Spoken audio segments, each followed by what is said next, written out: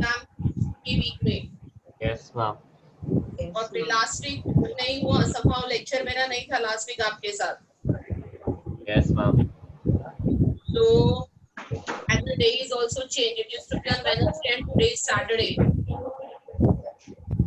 So I'm meeting you all after some 16-17 days or more than that maybe. So big gap in whole concept. So I hope everybody has done well in the exam.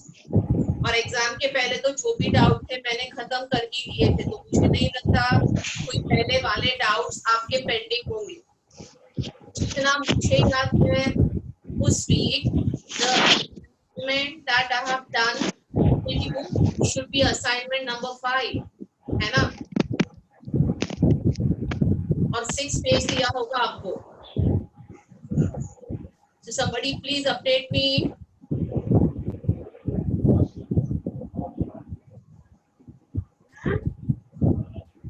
Ma'am, may you repeat the question? My simple question was कि homework में हमने assignment, क्योंकि gap हो गया है तो इसके लिए कंफर्म करना चाहती हूँ कि जो हमने असाइनमेंट और होमवर्क किया था ना वो स्टोइशियोमेट्री स्टार्ट हो गया था. मैंने आपको लिमिटिंग रिएजेंट का कंसेप्ट सिखा दिया था, है ना? Yes. और लिमिटिंग रिएजेंट के कंसेप्ट के बाद हमने लिमिटिंग रिएजेंट वाले प्रॉब्लम्स किए थे. हाँ किए थे. वही है हम, राइट? तो वहां तक के एक्सरसाइजेस में भी असाइनमेंट 5 और एंड मैक्सिमम असाइनमेंट 6 तक मैंने आपको होमवर्क दिया होगा. तो someone please confirm assignment 5 and 6 आपके साथ हो गया होगा, और मॉड्यूल के साथ जो होमवर्क होगा वो अप टू 60 वगैरह कुछ. तो आज क्या करेंगे हम? आज हम स्टोइशियोमेट्री ही आगे बढ़ेंगे. I teach you more about stoichiometry. तो लिमिटिंग और एक्सेस रिएजेंट के लिए किसी को कोई दिक्कत नहीं थी, आपने उसमें एग्जाम भी दे दिया था. Okay, and I taught you how to understand whether in a given reaction वैभव अपना माइक म्यूट करना. as per stoichiometry है कि एक्सेस लिमिटिंग रिएजेंट है. अभी what next? I'll show you some more variations in problems. और किस किस तरह के problems stoichiometry में पूछे जा सकते हैं ये हम एग्जाम्पल लेके समझने की कोशिश करेंगे आज के लेक्चर में. Ma'am, बेटा ma'am, we didn't have assignment 5 and 6. didn't do ऐसे कैसे? मैम हमको ग्रुप में मिला. वेबसाइट में डालो. वो तो असाइनमेंट तो वेबसाइट में डाले होंगे, ग्रुप में लिखवा के या क्लास में बोला होगा कि असाइनमेंट 5 कर दो, क्योंकि उस वीक तक असाइनमेंट 6 तो हो ही गया था. Okay ma'am. उसके बाद का जो वीक है जहाँ पे आपका लेक्चर मिसिंग था वो असाइनमेंट 7 था, और this week is my assignment 8 going on.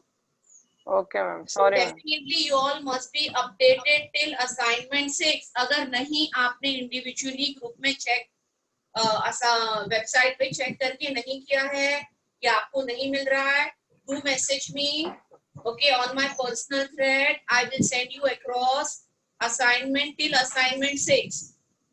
Okay और आज जो मैं सिखाऊंगी ना उसका होमवर्क आएगा असाइनमेंट 7. तो आज के लेक्चर के बाद आपका होमवर्क कितना डन चाहिए?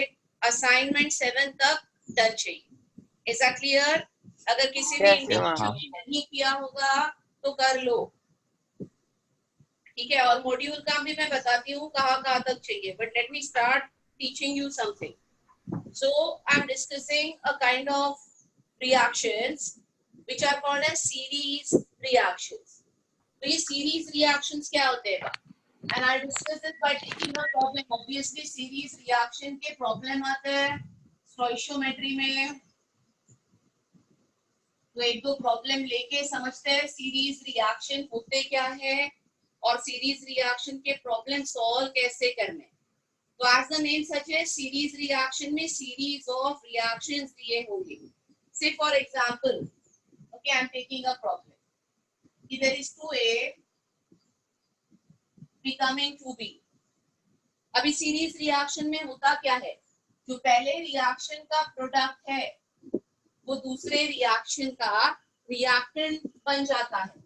मतलब A से B बना है, उसी B से क्या बनेगा, C, और मे बी उसी C से क्या बनेगा, D. तो बेसिकली अगर प्रैक्टिकली हम ये रिएक्शन कर रहे हैं, okay, if you're doing practically this reaction, I'm starting with A, but ये रिएक्शन आगे बढ़ के at the end मुझे रिएक्शन मिक्सचर में क्या मिलने वाला है, D मिलने वाला है. ऐसे रिएक्शन को कहते हैं सीरीज ऑफ रिएक्शन. तो सीरीज ऑफ रिएक्शन में सबसे पहले आपको समझना क्या है कि सीरीज ऑफ रिएक्शन में there is a particular reactant with which we start, and that reactant undergoes series of change. A से B बना, B से C बना, C से फाइनली हमको प्रोडक्ट मिला B. Okay, so this kind of reaction is series of reaction. ये जो मैंने लिखा है ये इस रिएक्शंस की इंडिविजुअल क्या है, स्टोइशियोमेट्री है. Okay, this is individual stoichiometry of these reactions. कि अगर मैं 2 मोल A से स्टार्ट करूं तो 2 मोल B बनेगा, फिर B से C की स्टोइशियोमेट्री ये है और C से D की स्टोइशियोमेट्री ये है. बट एक्चुअल रिएक्शन में जितना भी मैंने A लिया होगा उससे जितनी भी क्वांटिटी B बनेगा वो सारी B की quantity will try to react to get converted to C. उससे जो भी C का अमाउंट बनेगा that entire C will try to react to give me what, D. Okay, is the basic thing in series of reaction. अभी ऐसे reaction में question क्या पूछते हैं, आइदर दे गिव यू कि जो A है ना रिएक्टेंट जिससे हम स्टार्ट कर रहे हैं इसकी अमाउंट दे देते हैं और फिर पूछते हैं कि ये प्रोडक्ट फाइनली जो है ये कितना बनेगा. So either a reactant amount is given and a product amount will be asked, और प्रोडक्ट की अमाउंट देंगे और उससे हमको पूछेंगे कि रिएक्टेंट जिससे हमने स्टार्ट किया वो कितना होगा. So two types of problems, two kinds of problems are possible based on this concept. तो एक एक करके सॉल्व करते हैं. Okay, so my now question is the number of moles of D form. तो अभी मैं क्वेश्चन आपको जो पूछ रही हूँ वो ये है, आज का पहला प्रॉब्लम है ये. Okay, in a given reaction, consider the reaction. इसको प्रॉब्लम बना दो. So this is a problem saying consider the reactions which are this, and the question asked to you is number of moles of D form.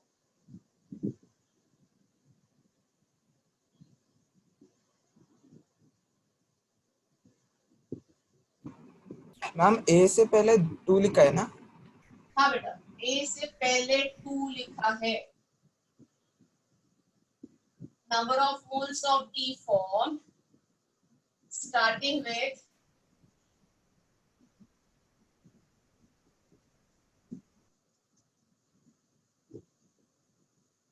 four moles of A. चलो कोशिश करो इसको solve करने की.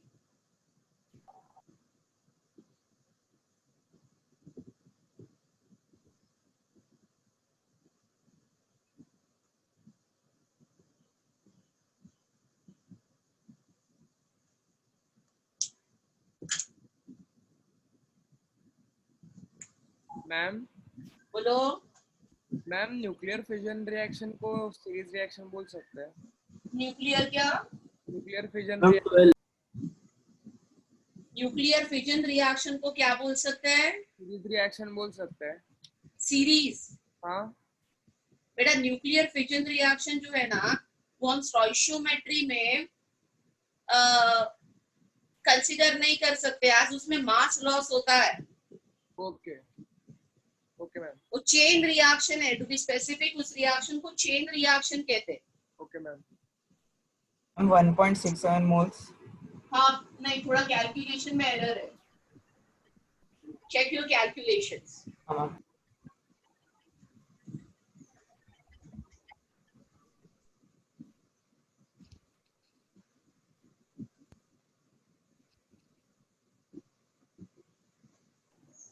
Ma'am, 2.6 moles. No, no, no.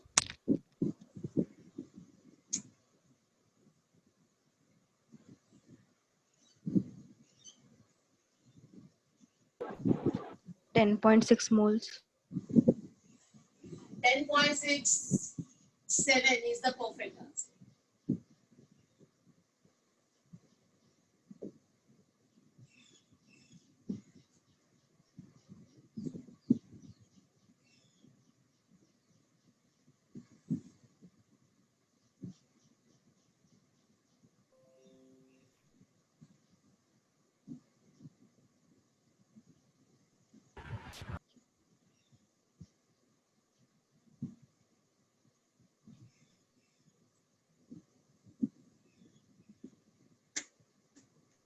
Ma'am, 10.6 moles.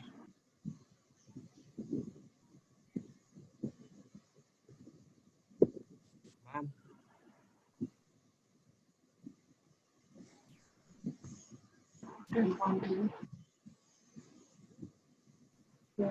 ma'am, बोलो. 10.6 moles. हाँ, 10.67 is the answer. जिसको नहीं आ रहा है मैं समझाती हूँ.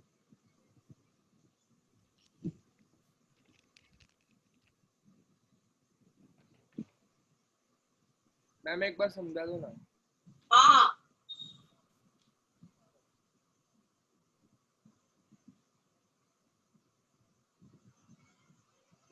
तो आंसर आ रहा है 10.67. जिसको नहीं समझ में आ रहा है मैं उनके लिए समझा रही हूँ, ध्यान दो. तो इस प्रॉब्लम में आपको बोला है कि we are starting with 4 moles of A. अभी पहले रिएक्शन की स्टोइकियोमेट्री देखो. स्टोइकियोमेट्री कहता है कि ए के मोल्स और बी के मोल्स सेम हैं. अगर ए के मोल्स 2 होंगे तो बी कितना बनेगा? 2 बनेगा. तो अभी हमारे पास प्रॉब्लम में कितने मोल्स दिए हैं? 4 मोल्स ऑफ ए. तो tell me, starting with 4 moles of A कितने मोल्स बी बनेगा? 4 मोल्स ऑफ बी बनेगा. कोई प्रॉब्लम है इस अंडरस्टैंडिंग में? No, ma'am. ग्रेट. आगे बढ़ते हैं. दूसरा रिएक्शन कहता है कि 1 मोल बी है तो उससे सी कितना बनेगा? 2 मोल्स. मतलब बी और सी का रेशियो 1:2 है. अभी हमारे पास कितना मोल बी है? 4. जितना बी बनेगा वो सारा का सारा सी में कंज्यूम होगा.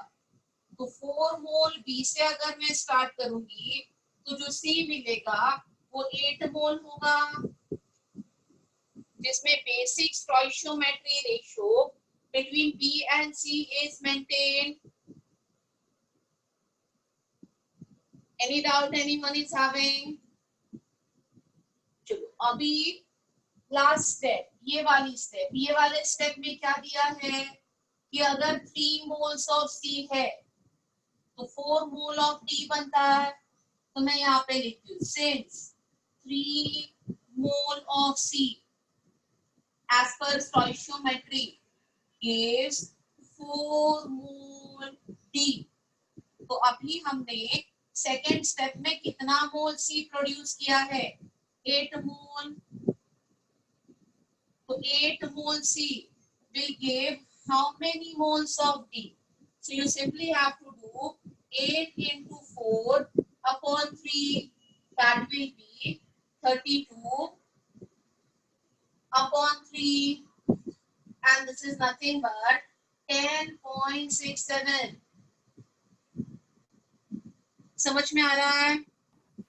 Yes, ma'am. मैम सेकंड वाला 0.833 है क्या? सर 1 मोल ले लो मैम. अब पहले वाला समझा दूं जिसको नहीं समझ में आ रहा है. Is everybody through with the first one? Second वाला 0.83 आ रहा है. सेकेंड वाला क्या आ रहा है? 0.83. 0.83 आ रहा है. Let me check. हाँ, मैं 1 मोल ले. हाँ मैम हाँ बेटा 0.83 आ रहा है, परफेक्ट। सेकेंड वाला 0.83 आ रहा है। Yes, ma'am. मैम 0.83 आ रहा है। Perfect perfect. तो जिसका फर्स्ट हो गया और जिसको फर्स्ट समझ में आया, सेकेंड वाले में बस उल्टा पूछा है, ये मोल्स दिए हैं और यहाँ से पीछे जाना है same way, but you don't have to disturb the mole ratio.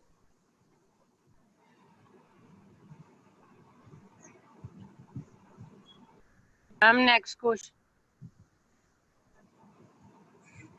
हाँ बेटा दे रही हूँ। नेक्स्ट क्वेश्चन के लिए कुछ समझाना है आपको?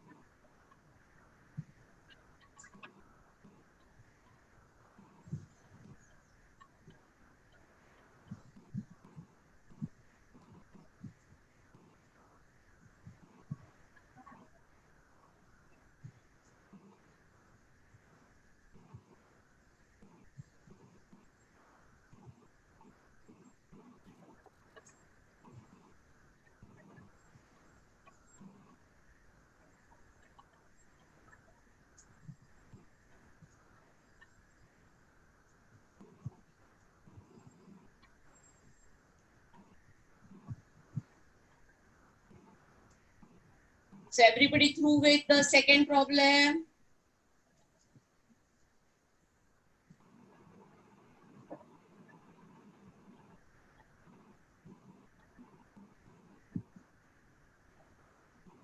मैम नेक्स्ट वाले का 0.83 है क्या?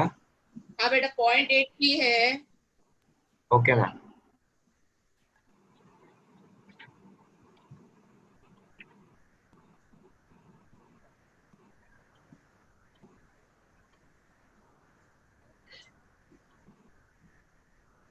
Ma'am done. Okay, everybody finish? Yes, ma'am. You want me to solve? Yes, ma'am. Okay, so I'm solving.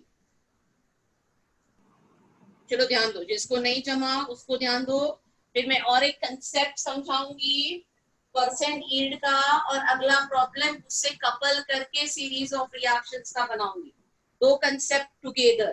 देखो एक्चुअल आईआईटी में जब भी हम प्रॉब्लम करते हैं तो सिंगल कंसेप्ट एक फॉर्मूला में नंबर डाल के सॉल्व करने वाला नहीं आता, उसमें दो तीन चीजें मिक्स की होती है। So धीरे धीरे we will go towards those kind of problems, but let us finish solving this. तो इसमें क्या दिया है 1 मोल G।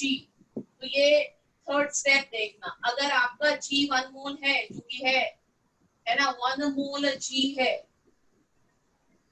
तो कौन? इसके लिए कितना मोल C चाहिए, E चाहिए? 5 मोल E चाहिए। पापा का।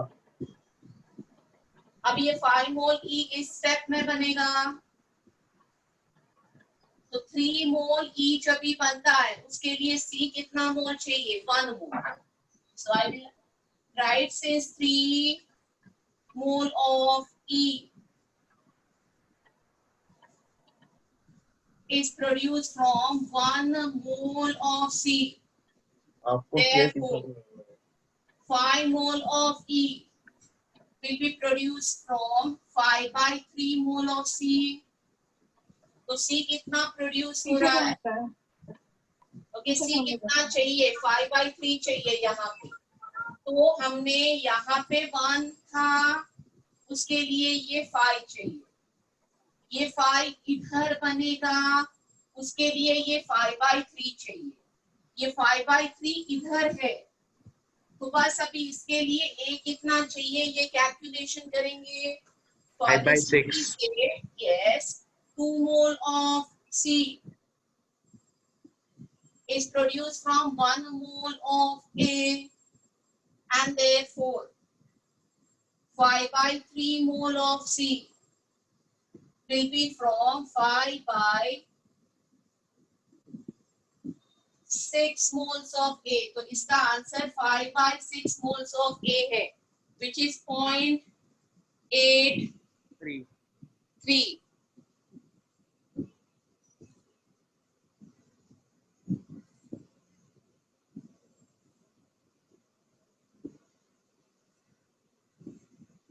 समझ में आ रहा है? चलो अभी मैं और एक अगला कंसेप्ट सिखाती हूँ और उसके बाद में अगला प्रॉब्लम देती हूँ। तो अभी ध्यान दो ये कंसेप्ट के लिए। This is the concept of yield. आपने सुना है यील्ड वर्ड को? नहीं मैम। अच्छा, अब तक आपने यील्ड का मतलब नहीं सुना है, परसेंट सुना है यील्ड। मैम। चलो मैं समझाती हूँ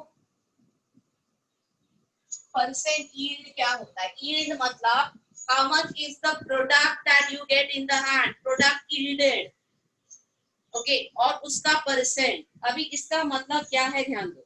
इसका मतलब ये है कि suppose I am doing a reaction, एक रिएक्शन जिसमें मैं 3 मोल ऑफ ए से स्टार्ट कर रही हूँ और मेरा प्रोडक्ट 2 मोल ऑफ बी है। एक्चुअली जब ये रिएक्शन कैरी आउट कर रही हूँ, मैंने 3 मोल ए लिया और उससे मुझे 2 मोल बी मिल भी गया। तो ये जो 2 मोल बी मुझे मिलता है, ये जितना एक्सपेक्टेड है, स्टोइशियोमेट्री से एक्सपेक्टेड कितना था, 2 मोल बी था। कितना मिला? 2 मोल ही मिला। मतलब मुझे जो यील्ड मिल रहा है वो 100% है, एज पर एक्सपेक्टेड। ये रिएक्शन का theoretical yield 2 moles of B है। But maybe practically when we do a reaction under the given set of condition, it may not be possible to get complete conversion.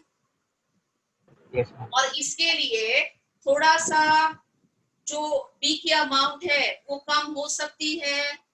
और फिर उस case में जब भी 100% yield नहीं मिलता, तो we can always calculate a percent. What will be the formula of percent yield? Your actual yield जो रिएक्शन में आपको मिल रहा है अपॉन थ्योरेटिकल यील्ड। ये थ्योरेटिकल यील्ड क्या होता है? थ्योरेटिकल यील्ड मतलब जो स्टोइशियोमेट्री बता रही है इनटू 100। right? हाँ, एक्सपेक्टेड यील्ड या थ्योरेटिकल यील्ड कैलकुलेशन से या बैलेंसिंग से जो आ रहा है वो थ्योरेटिकल है और प्रॉब्लम में एक्चुअल दिया होगा। तो से फॉर एग्जांपल आई से I am starting with 3 moles of A, but I am getting actually 1.5 mole of B. तो अभी ये 100% नहीं है, इसमें मेरा एक्चुअल यील्ड 1.5 है, थ्योरेटिकल 2 है into 100. So how much is the percent yield I am getting? 75%. 75%. तो ये परसेंट यील्ड का कंसेप्ट सबको समझ में आया? Yes ma'am. Okay, now let us go ahead. So is everybody clear with percent yield concept? तो अभी मैं अगला प्रॉब्लम जो दे रही हूँ ना, वो सीरीज रिएक्शन को परसेंट यील्ड से कपल करके दे रही हूँ। ठीक है, इतना लिख लो, फिर मैं अगला प्रॉब्लम बोर्ड पे लिख देती हूँ।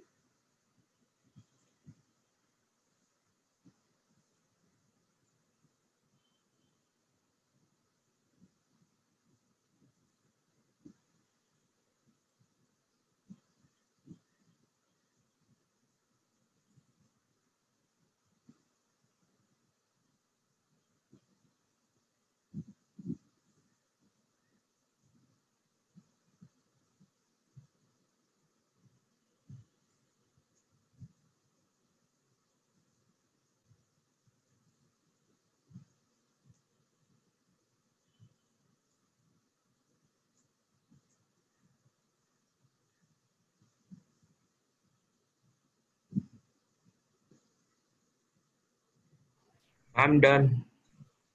Great. Chalo, I'm writing the problem.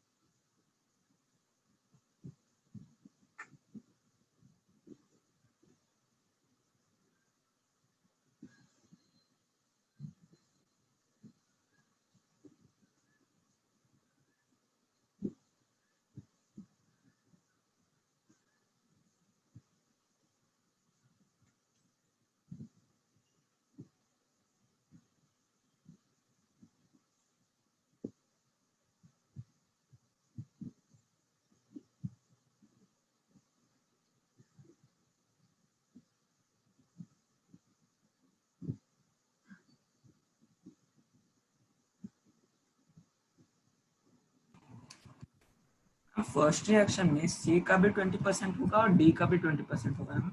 हाँ, परसेंट यील्ड मतलब तुम्हारा प्रोडक्ट 20% मिल रहा है। मैम कौन सा प्रोडक्ट 3C या ओनली डी या दोनों? दोनों बेटा, दोनों। स्पेसिफाई नहीं किया है तो दोनों कंसिडर करना।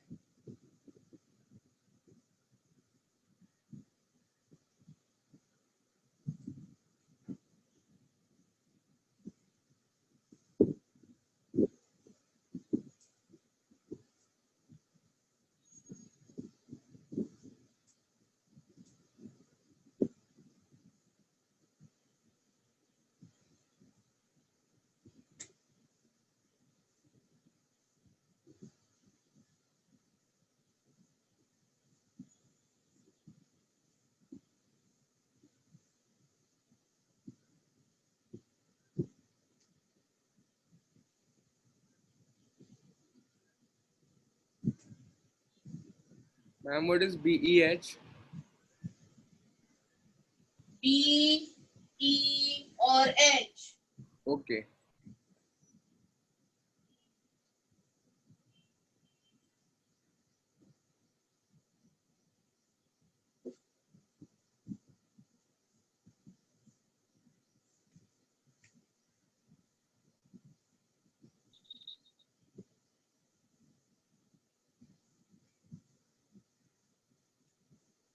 मैम प्लीज आप साइड हो सकती हो? हाँ हाँ बेटा।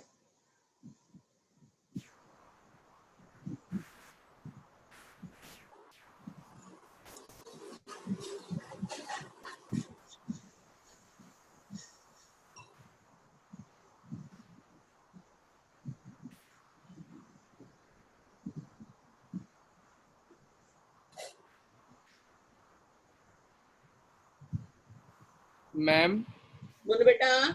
रिएक्शन एक रिएक्शन में अगर हम लोग को जो मोल्स मिला है वो कौन सा यूज करने का है? वो एक्चुअल यील्ड में निकला हुआ मोल्स यूज करना है या थ्योरेटिकली जो फाइंड किया है वो मोल्स यूज? जिसको जिसको जिसको कंफ्यूजन है ध्यान दो। अगर मैं पहले रिएक्शन की बात करूं तो पहले रिएक्शन में अगर मैं 2 मोल A और 1 मोल B से स्टार्ट करती हूँ और उसमें मुझे 3 मोल C मिलता है तो ये 3 मोल C is the theoretical yield. Okay actual yield कितना है? 20% ऑफ 3 मोल है। समझ में आ रहा है?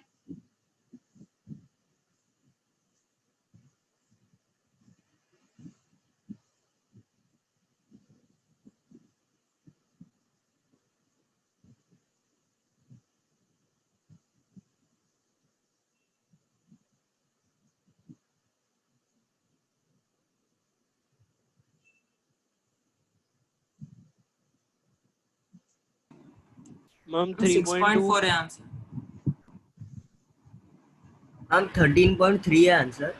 नहीं बेटा। Ma'am 3.2। Yes, 3.2 is the correct answer.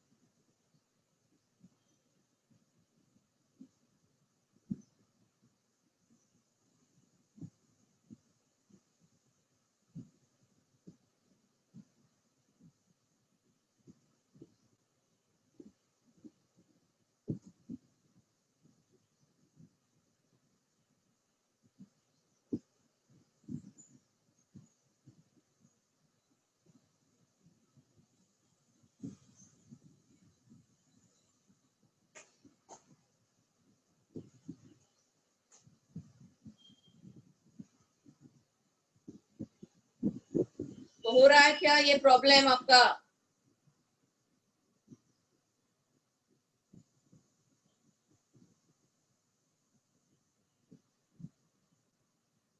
Ma'am, 3.2. Yes, 3.2 moles of G is the answer.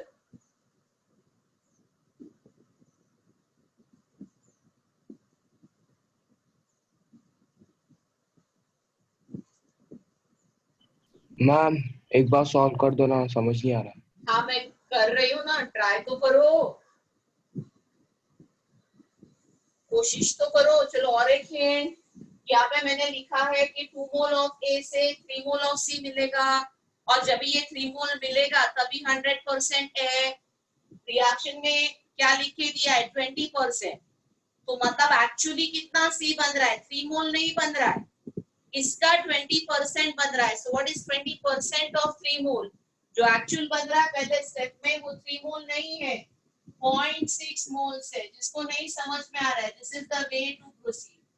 So the amount of C that is getting produced in first step is not 3 mole. 3 mole कभी होता जब भी 100% होता, बट अभी 100% नहीं बन रहा है। कितना बन रहा है? 20% of 3 mole.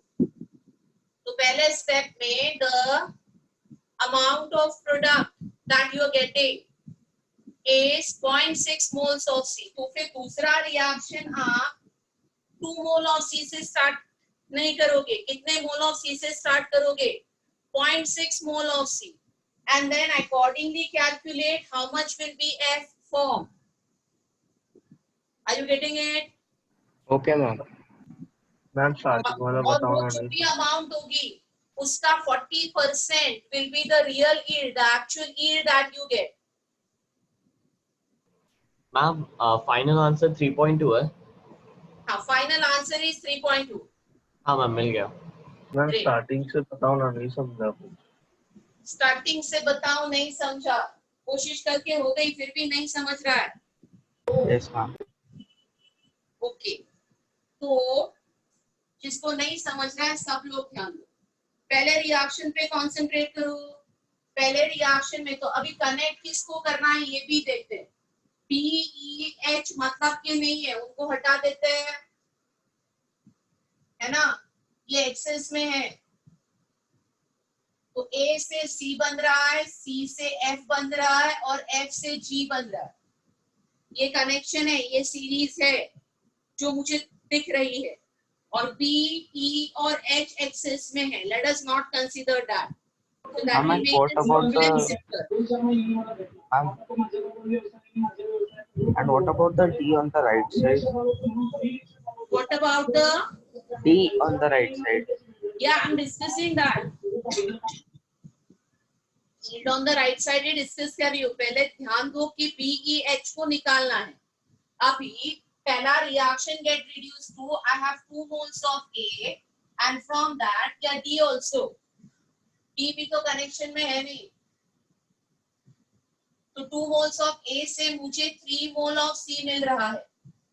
So if I'm starting with 2 mole of A and I'm getting 3 mole of C, then this will be 100% conversion.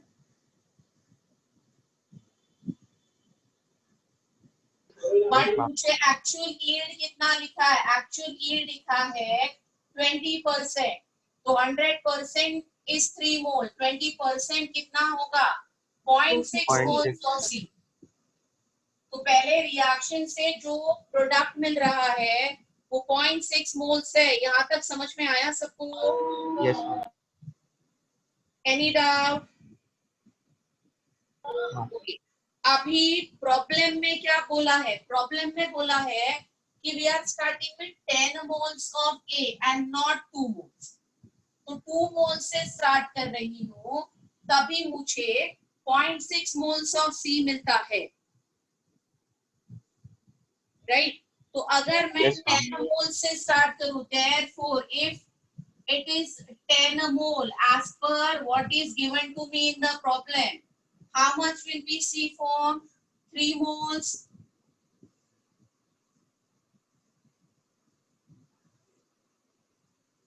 Is this clear till here? Yes ma'am. चलो सेकेंड स्टेप में देखो. सेकेंड स्टेप कहता है कि 2 मोल C है तो उससे 4 मोल F मिल रहा है. तो सेकेंड स्टेप कहता है since 2 mole of C if you are having, that is going to give you 4 moles of F as per stoichiometry. और अगर ये इतना मोल F मुझे मिल गया तो ये कितना होगा? 100% होगा.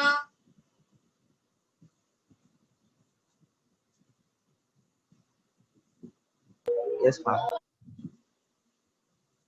तो अभी मेरे पास C कितना है? 2 मोल नहीं है, 3 मोल C बन गया है. Yes, ma'am. तो 3 मोल C से मुझे कितने मोल F मिलेगा? अगर ये 100% है तो कैलकुलेट कर सकते हैं. 6 moles. है ना? So therefore 3 mole C will give me 12 by 2. That is 6 moles of F. और ये 6 moles of F मिल गए तो ये 100% है. But अभी yield कितना है? 100% नहीं, 40% of this. है ना? तो 3 mole of C का 1.6 moles. कितना हो जाएगा? 6 moles का 40% कितना है? 1.6 moles. 1.6 होता है. No, sorry, 2.4. Sorry, 2.4. So 2.4 moles. So 2.4 mole of F is 40%. तो second step में, okay, जो मुझे 10 मोल्स से, तो ये 10 मोल्स से 0.6 नहीं मिला था, 10 मोल्स से ये 3 मोल C मिला था, और 3 मोल C से ये F कितना मिला? 2.4 मोल F मिला. इधर तक आ गए. कोई डाउट है? No, ma'am. चलो लास्ट स्टेप क्या कहता है कि अगर 3 मोल F है तो उससे G कितना बनेगा? 8 मोल ऑफ G बनेगा. So let us finish the last step.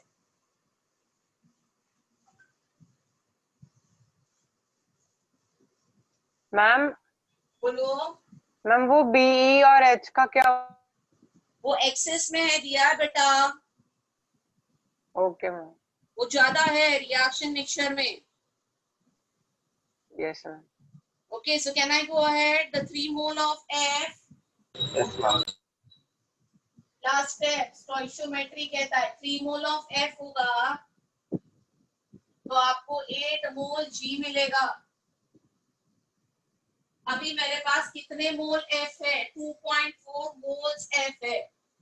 So therefore 2.4 mole of F is going to give me how much G? 2.4 into 8 upon 3 mole of G. और ये दोनों क्या होंगे? 100% होंगे. है ना? तो कितना आंसर आ रहा है?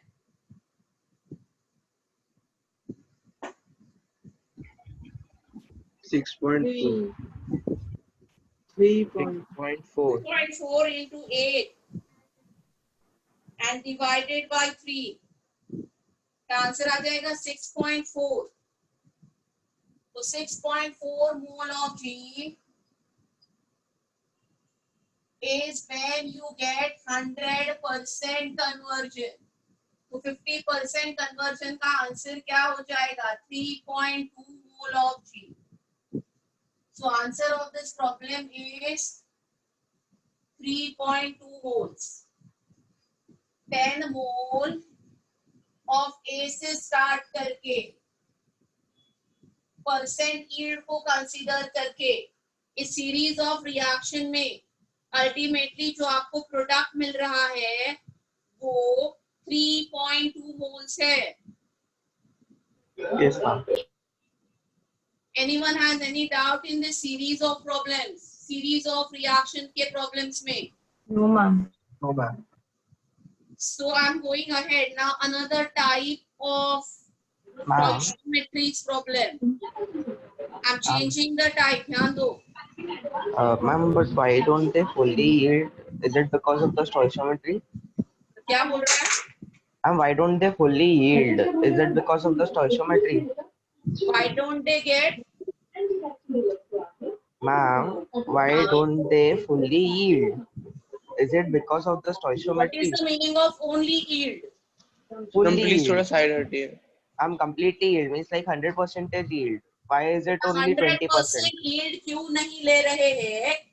इसके लिए क्योंकि रिएक्शन हम थ्योरेटिकली लिख रहे हैं अभी बोर्ड पे. Reaction Yes, ma'am. थ्योरेटिकली लिखना और किसी भी रिएक्शन को प्रैक्टिकली कैरी आउट करना, उसमें जमीन आसमान का फर्क होता है. Okay. ma'am. बिलीव मी, कोई भी रिएक्शन आज तक एवर 100% यील्ड में हुई ही नहीं है. Oh, We are unable to achieve 100% product ever till now. yes. Anything above 90% actually is a super yield. There are so many reactions which we carry out जिसमें conversion 20, 30, 40% हो पाता है. तो रिएक्शन लिखना अलग बात है और रिएक्शन प्रैक्टिकली कैरी आउट करके हाथ में प्रोडक्ट का यील्ड मिलना अलग बात हो जाती है. उसमें Okay, ma'am. एक्सपेरिमेंटल कंडीशंस जैसे हम चेंज करेंगे वैसे यील्ड में वेरिएशन आता है. कौन सा कैटलिस्ट है, कौन सा टेम्परेचर है, कौन सा प्रेशर है, ये सारे चीजें बहुत कुछ मैटर करता है इसमें. Okay. ma'am. Thank you. Sir ma'am. Ma'am बोलो ना. मैम फिर जो रिमेनिंग रिएक्ट बेटा सुनाई नहीं दे रहा है. मैम रिमेनिंग रिएक्टेंट का क्या होता है? रिमेनिंग रिएक्टेंट का क्या होता है? रिमेनिंग रिएक्टेंट रिएक्शन मिक्सचर में पड़ा रहता है, जो रिएक्शन के बाद आपको प्रोडक्ट से प्रैक्टिकली सेपरेट करना पड़ता है. तो your product will be mixed with the remaining reactant.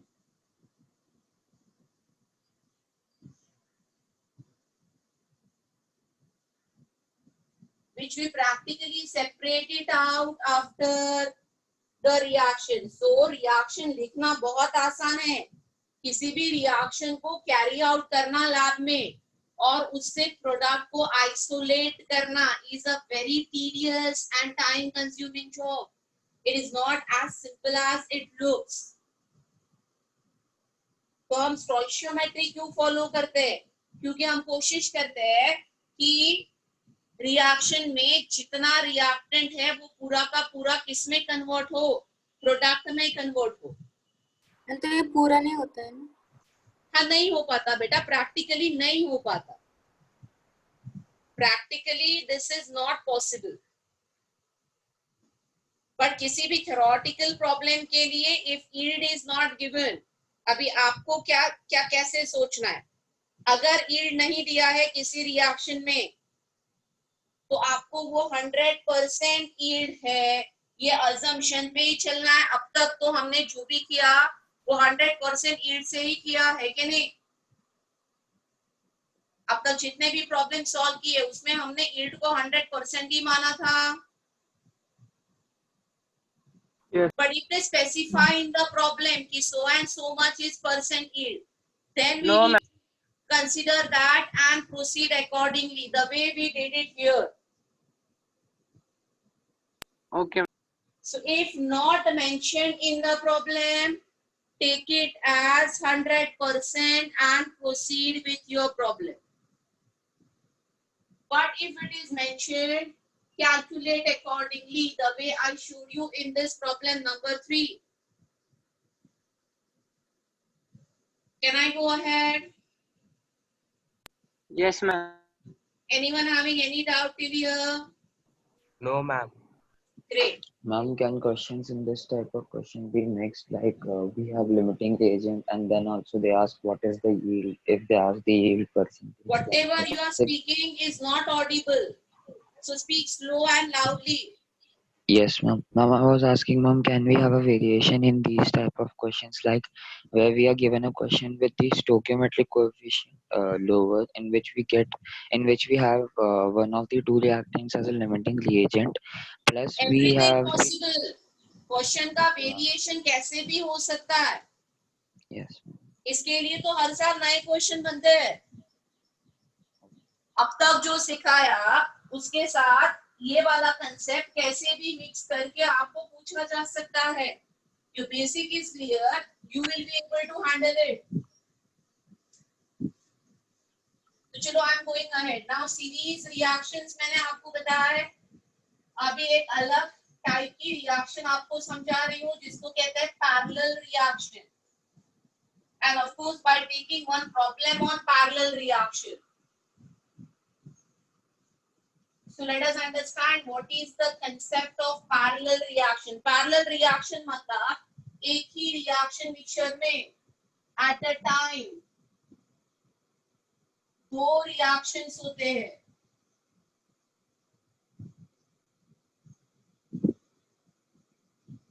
So you start with one reactant, but there are two separate reactions happening in the same reaction mixture.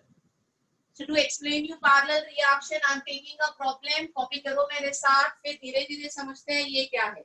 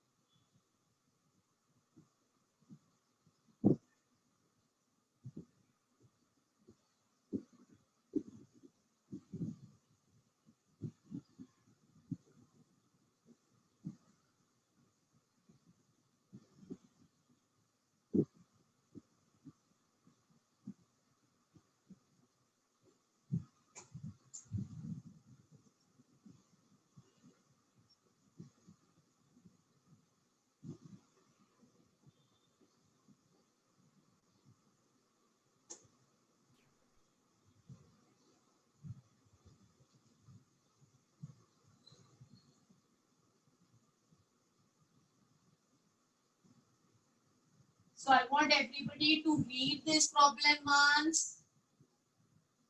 Then I'll start explaining you this concept and this problem. एक बार खुद से पढ़ने की और समझने की कोशिश करो.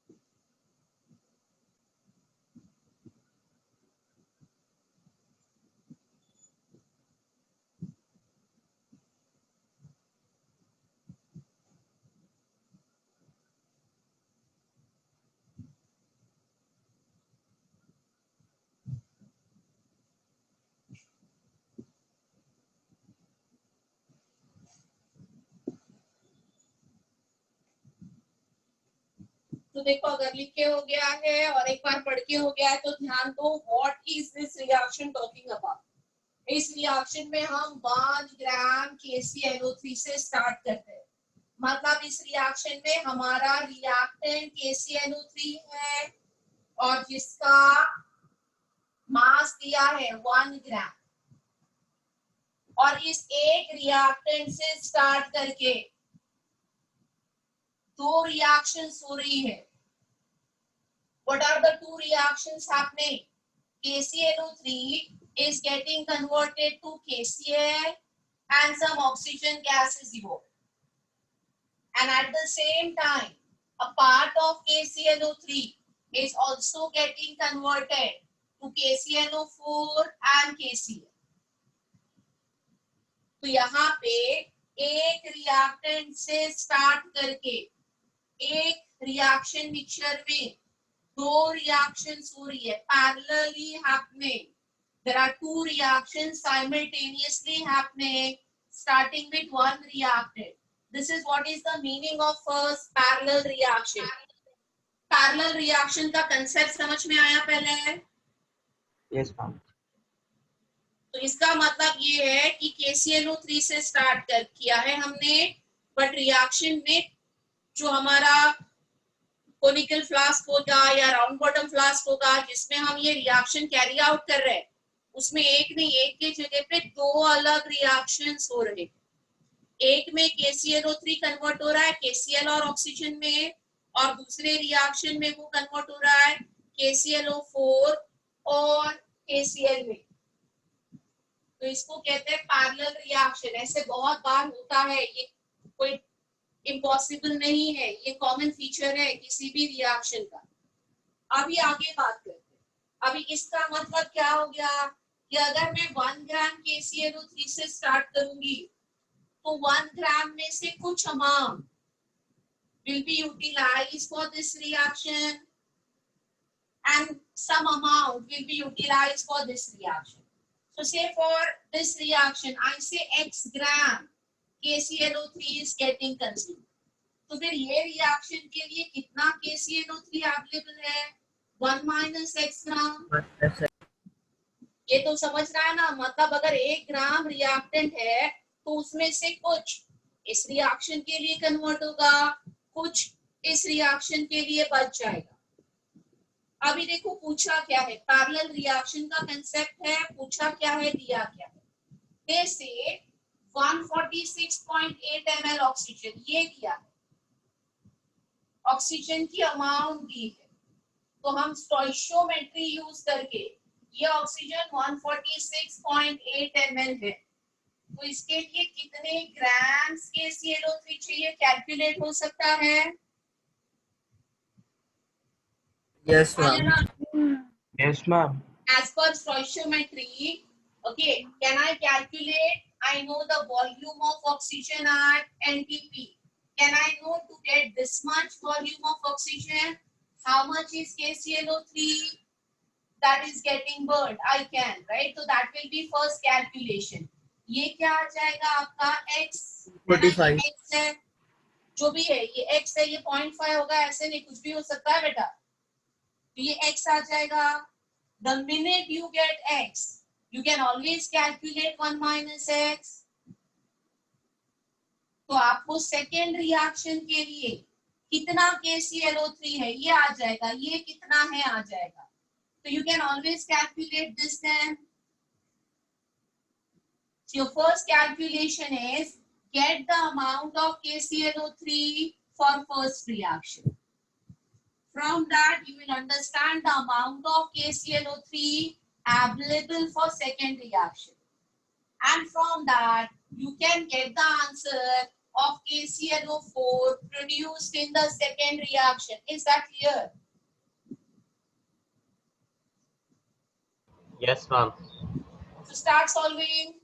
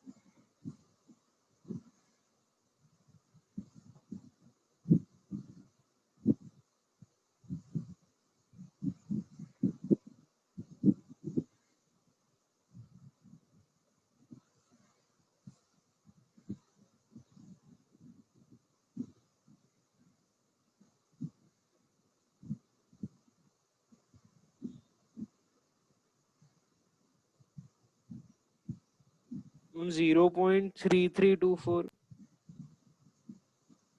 क्या बोल रहा है ये?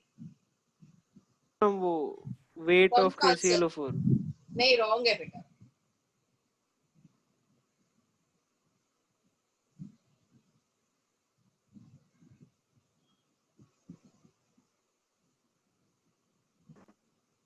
Ma'am 0.57 grams. नो.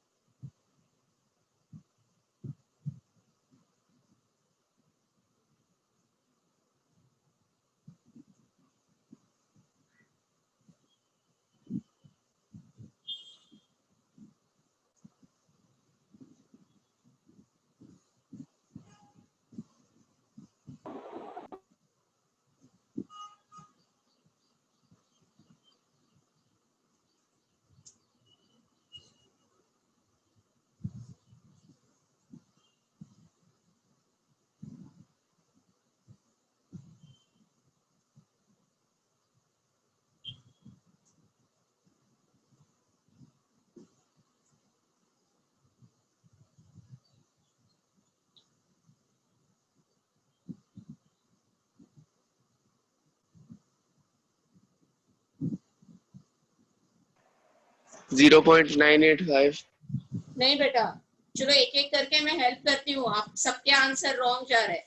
तो मैंने आपको क्या कहा, सबसे पहले आपको क्या करना है, आपको ऑक्सीजन का जो एक ही डेटा दिया है ना, ऑक्सीजन के मोल्स ml दिए हैं. तो what is the first calculation that you all will start doing?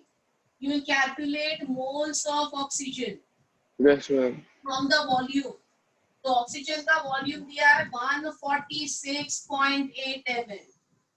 तो we know कि 22.4 liter is 1 mole.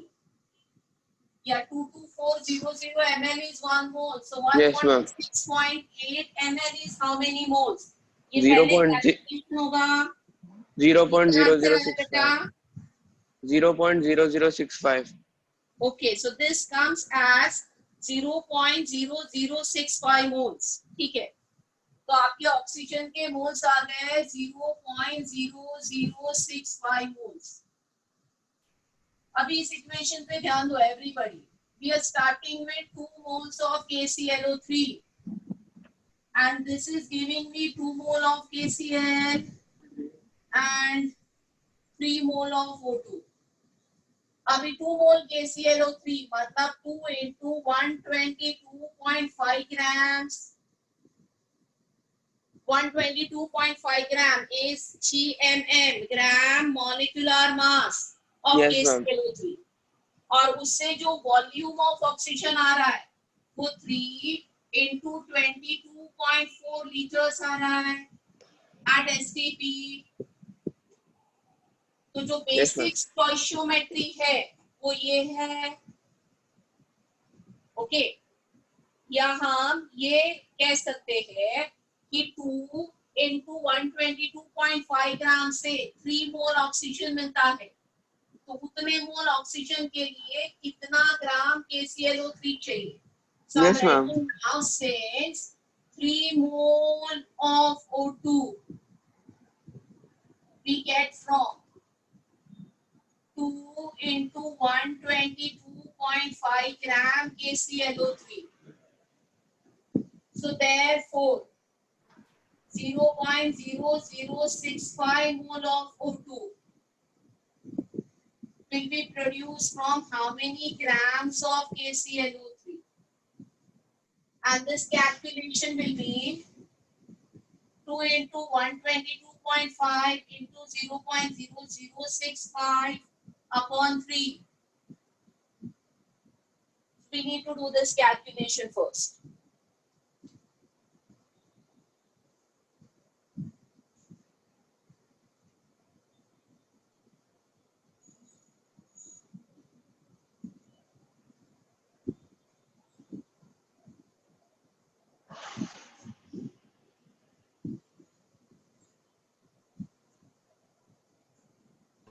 कितना आंसर आ रहा है? 0.535 ऐसा. ओके, सो आई राइट 0.53, आगे का 2 डेसिमल तक ही लिखती हूँ, तो 0.53 ग्राम्स. इसका मतलब क्या हो गया? ये जो पहली रिएक्शन है ना, पहली रिएक्शन, इसके लिए कितना KClO3 कंज्यूम हो रहा है? 0.53. हमारे पास है कितना? 1. तो 1 में से अगर 0.53 इधर जा रहा है तो ये कितना आएगा बोलो? 1 minus 0.53 and this amount will be 0.47 grams. Yes, ma'am. Okay, so I write therefore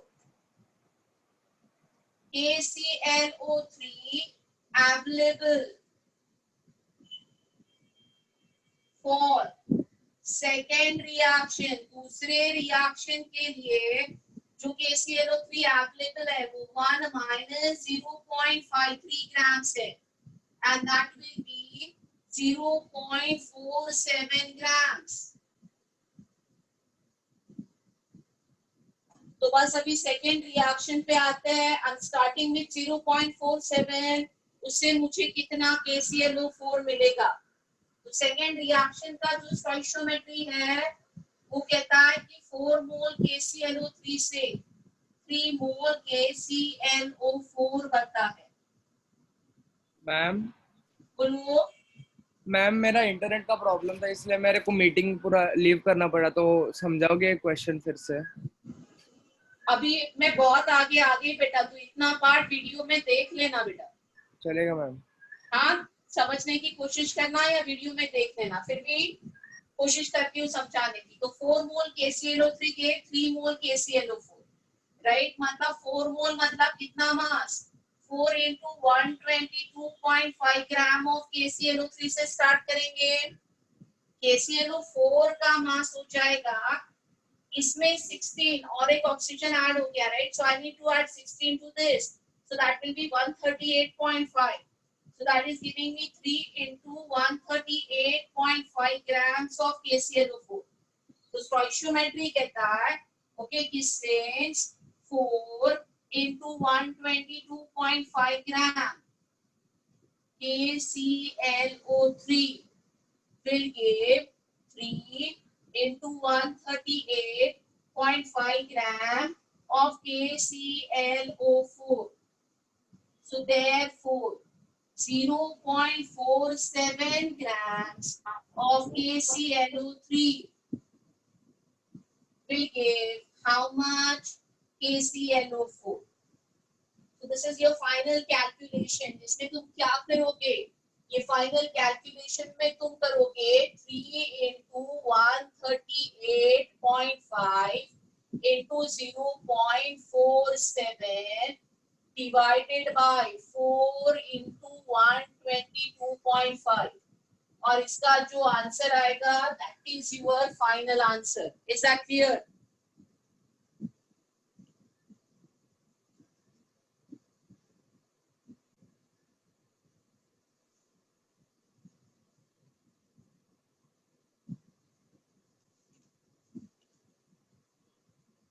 .33 grams. तो कितना आंसर आ रहा है ये? 0.33 grams. 33 आ रहा है. हाँ. Okay, check करो. Somebody else also confirm.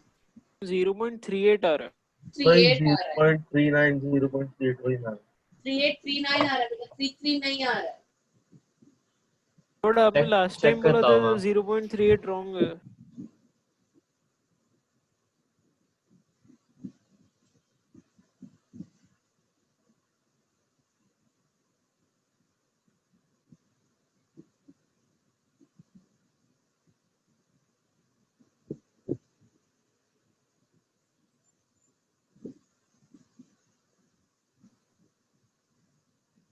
Point 3839 ही आ रहा है, 33 तो नहीं आ रहा है.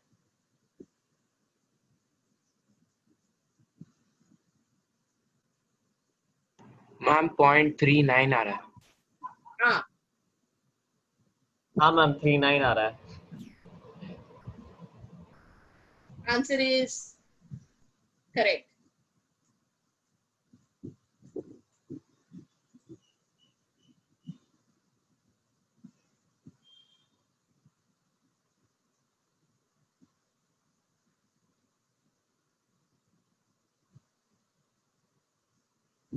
चलो आगे बढ़ू मैं. See, I'm just teaching you, I'm just showing you various ways. इस स्टोइशियोमेट्री के क्वेश्चन कैसे कैसे पूछे जा सकते हैं, अलग अलग तरीके बता रही हूँ मैं आपको. तो ऐसे अगर एट द टाइम एक रिएक्शन मिक्सचर में 2 रिएक्शंस हो रहे हैं तो उसमें आपको क्या करना होता है कि जो स्टार्टिंग अमाउंट दी होगी उसमें से a part is consumed for one and the part is consumed for second is the concept that you have to understand. Then as per whatever is the data given, you can calculate further. Is that clear? Yes, sir. Can I go ahead? Yes, ma'am. चलो अभी मैं अगला concept सिखाती हूँ stoichiometry में. Ma'am बोलो बेटा. Ma'am ऐसे क्वेश्चंस में यील्ड परसेंटेज भी ये लोग डाल के पूछ सकते हैं. ठीक है, कुछ भी देखो. अब तक मैंने जितने कंसेप्ट सिखाए, मिक्स क्या हो सकता है, कुछ भी हो सकता है. Okay ma'am. यील्ड परसेंट से मिक्स हो सकता है, किसी से भी मिक्स हो सकता है.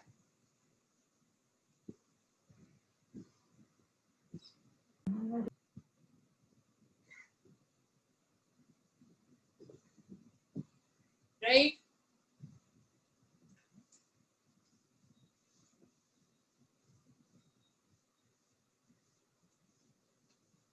तो आपको कैसे क्वेश्चन पूछ सकते हैं, इसमें तो कुछ रिस्ट्रिक्शन है नहीं ना. आप ये समझ लो, आप आईआईटी के प्रीवियस ईयर के पेपर देखोगे तो no question is repeated ever, but concepts are same. So every time they are mixing different concepts and designing a new question. तो कौन से कंसेप्ट मिक्स करके क्वेश्चन बनने वाला है ये तो कोई प्रेडिक्ट नहीं कर सकता ना. बट ये जो अलग अलग कंसेप्ट हम देते हैं इन्हीं को मिक्स कर करके क्वेश्चंस बनेंगे.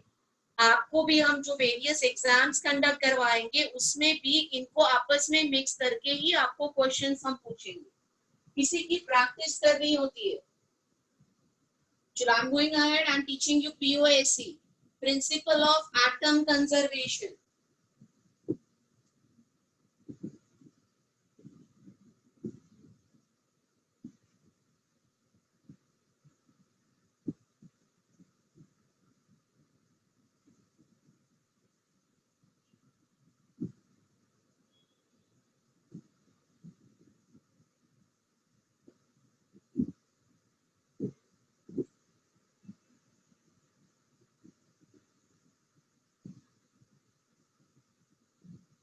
ये प्रिंसिपल ऑफ एटम कंजर्वेशन का कंसेप्ट क्या है, कभी ये यूज हम कर सकते हैं और इसका एडवांटेज क्या है. देखो, अब तक स्टोइशियोमेट्री में मैंने आपको हमेशा क्या कहा कि अगर कोई भी प्रॉब्लम पढ़ के आपको लगता है कि उसमें कोई रिएक्शन इन्वॉल्व है तो उस रिएक्शन को आप बैलेंस करके लिख दो. तो अब तक स्टोइशियोमेट्री में जो पहली चीज हमने की वो था writing a balance chemical reaction, and then balancing आ गया तो वो मोल रेशियो होता है और उसी को पकड़ के हम प्रॉब्लम को सॉल्व करते हैं. बट अंडरस्टैंड करो कि बहुत सारे टाइम पे, बहुत सारे केसेस में we are unable to write a balance chemical reaction, may be because we don't know, or maybe because no clue is given, or they are too big, too elaborated to be written. We don't know what are the products for. तो बहुत सारे conditions या cases ऐसे हो सकते हैं जिसमें हम बैलेंस केमिकल रिएक्शन लिख नहीं पाते, और ऐसे केसेस में हम ये प्रिंसिपल जो मैं अभी आपको बताने जा रही हूँ, कंजर्वेशन ऑफ एटम, को यूज कर सकते हैं. और इससे तो इसका इंपॉर्टेंस क्या है, this will solve a problem without writing a balanced chemical reaction. इसमें कंसेप्ट ये यूज होता है कि जो भी एटम रिएक्टेंट में प्रेजेंट है वो एटम प्रोडक्ट में प्रेजेंट होते ही हैं. Okay, whatever are the atoms present in the reactant, same will be always present in the product. as atom is always conserved. हम किसी भी रिएक्शन में एटम को ना तो क्रिएट करते हैं ना तो डिस्ट्रॉय करते हैं. जो रिएक्टेंट के एटम है वो प्रोडक्ट में चले जाते हैं. फर्क क्या है? जो मॉलिक्यूल रिएक्टेंट का होगा वो रीअरेंज होके एटम का रिकॉम्बिनेशन होके एक अलग वाला मॉलिक्यूल बन जाता है. बट जो रिएक्टेंट्स है ओके उसके जो एटम्स है वो सारे के सारे प्रोडक्ट में रहते हैं. Atoms are conserve. ये बेसिक कंसेप्ट है. तो अभी मैं ओके एक प्रॉब्लम लेके आपको समझाती हूँ कि पीओएसी कैसा होता है, पीओएसी को कैसे अप्लाई करते हैं. और इस प्रॉब्लम को देख के आपको समझेगा कि कैसे हर केस में हम रिएक्शन को नहीं लिख सकते. All this we are going to understand. तो पीओएसी समझाने के लिए मैं एक प्रॉब्लम बोर्ड पे लिख रही हूँ. ध्यान दो. I forgot the number. कौन सा नंबर था? शायद 5 टुडेज लेक्चर का. Yes. The problem says 6.9 grams of potassium carbonate undergoes series of reaction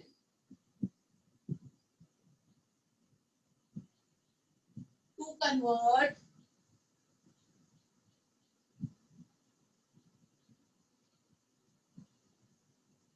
all its carbon into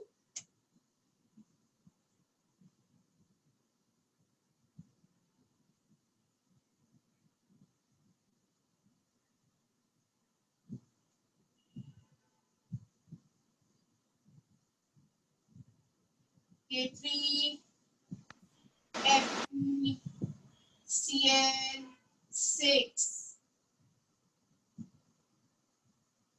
Determine the mass of product form.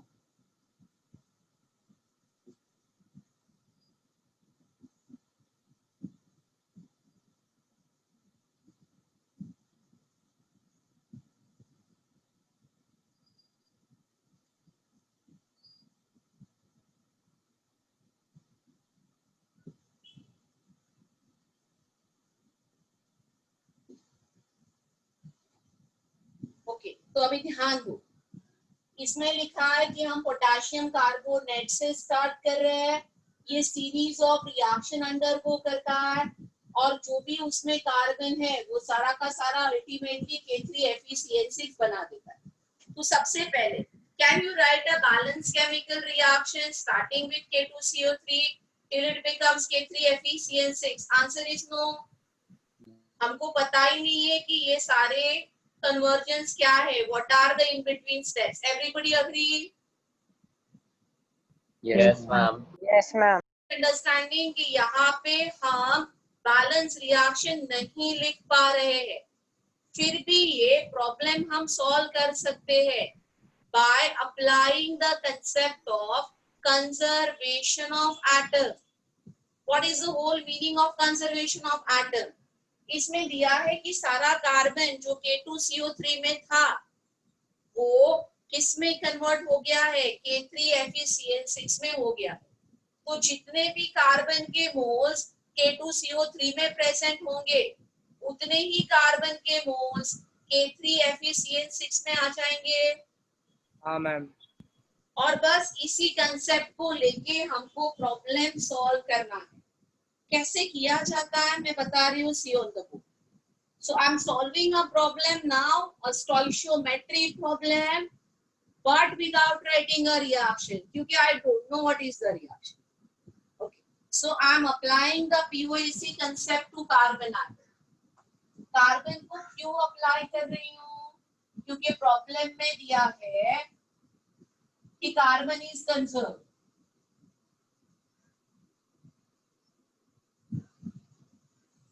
तो अभी ध्यान दो. तो POAC कंसेप्ट क्या कहता है कि जो moles of carbon atom in K2CO3 है is same as moles of carbon atom in K3FeCl6. This is where my problem will start.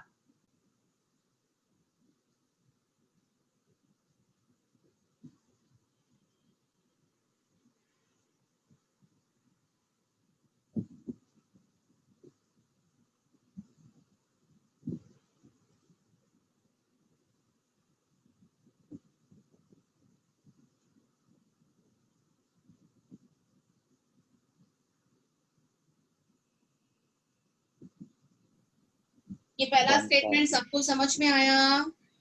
हाँ मैम। Yes, ma'am. अभी ध्यान दो, K2CO3 का फॉर्मूला देखो। अगर K2CO3 1 मोल है तो उसमें कार्बन के कितने मोल्स होते हैं? 1 mole. 1 मोल। मोल। तो moles of carbon atom in K2CO3 are 1 into number of moles of K2CO3। जितने भी K2CO3 के मोल्स है उतने ही मोल्स किसके होंगे? कार्बन के होंगे। हाँ मैम। है ना? हाँ मैम। अभी यहाँ पे ध्यान दो, K3FeCN6 के फॉर्मूला पे ध्यान दो। अगर ये पूरा कॉम्प्लेक्स मेरे पास 1 मोल है तो उसमें कार्बन कितना मोल आ रहा है फॉर्मूला में? 6 moles. इसका मतलब the moles of carbon atom are 6 times the moles of K3FeCN6। अगर ये 1 मोल है तो कार्बन 6 मोल है, ये 2 मोल होगा तो कार्बन 12 मोल हो जाएगा। मतलब कार्बन के जो मोल्स है वो 6 times number of moles of K3FeCN6 है। Any doubt? No ma'am. बस अभी प्रॉब्लम खत्म, इतना आ गया तो प्रॉब्लम खत्म। How do I know the number of moles of K2CO3? There will be some mass of 6.9 divided K2CO3 by 1. Given और उसको मुझे मॉलिक्यूलर मास ऑफ K2CO3 से डिवाइड करना पड़ेगा और ये इनटू 1 ही है। तो this will be the moles of K2CO3 that will be equal to 6 into weight of K3FeCN6 form. ये पूछा है मुझे और इससे मैं डिवाइड करूंगी मॉलिक्यूलर मास ऑफ K3FeCN6। अब इस इक्वेशन में I have this can be calculated, this can be calculated, I can always find out this। Yes, ma'am. समझ में आ रहा है? तो देखो हमने कोई इक्वेशन नहीं लिखा बट फिर भी हमने आसानी से क्या सॉल्व कर दिया? प्रॉब्लम को सॉल्व कर दिया। So you try solving, tell me the answer.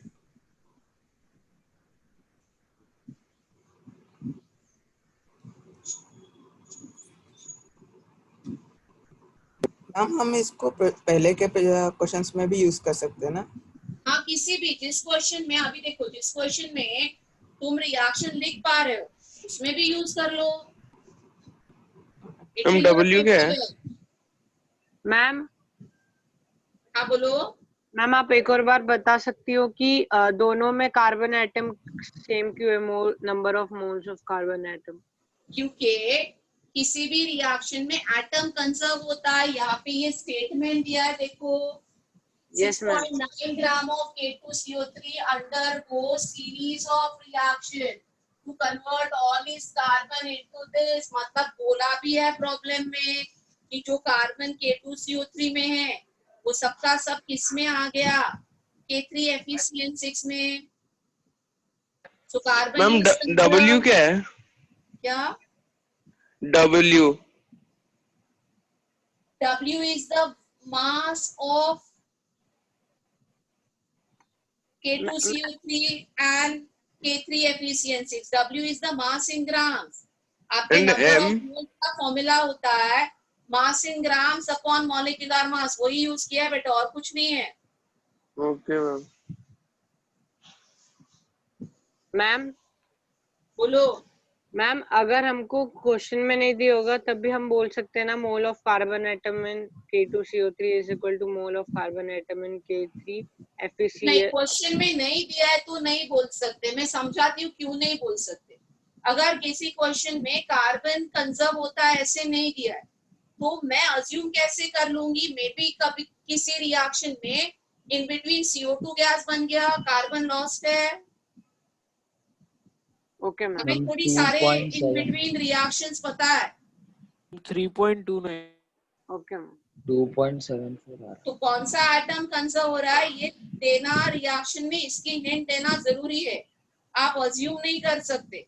आप अज्यूम तभी कर सकते हो जब भी आपको रिएक्शन पता है और आपको पता है कि वो कंजर्व हो रहा है, तभी आपने अज्यूम किया ठीक है।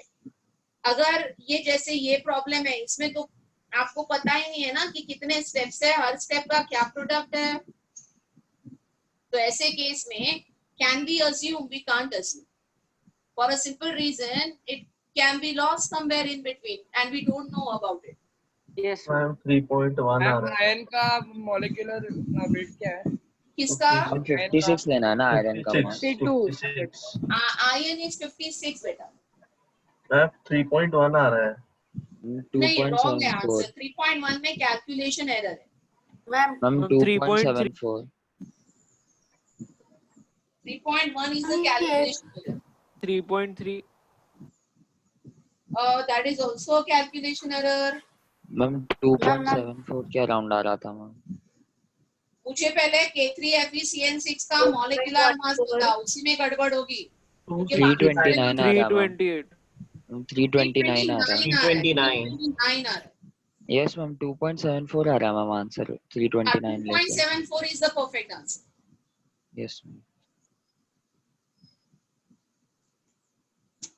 My next problem similar. 2.74.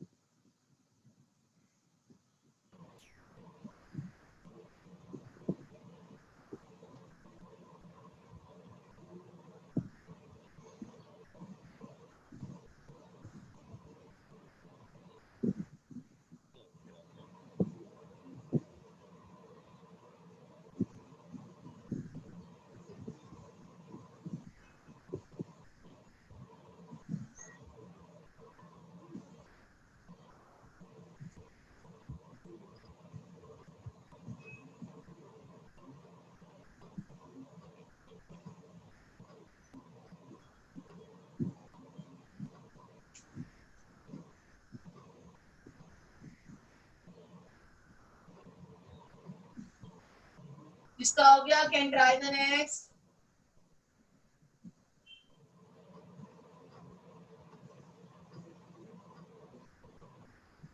मैं ये वाला प्रॉब्लम सॉल्व करवा देती हूँ. तो इसमें वेट दिया है 6.9 और K2CO3 का मॉलिक्यूलर मास आ जाएगा 138. यहाँ पे 6 इंटू ये वेट हमको कैलकुलेट करना है और अपॉन इसका मॉलिक्यूलर मास आ जाएगा 329. Potassium is 39 and iron is 56. तो आपका W हो जाएगा 6.9 into 329 upon 138 into 6. Ma'am zinc का वेट क्या होता है? बेटा वी डोंट नीड हियर, नहीं चाहिए यहाँ पे. प्रॉब्लम देखो, कोई मॉलिक्यूलर मास की जरूरत नहीं है.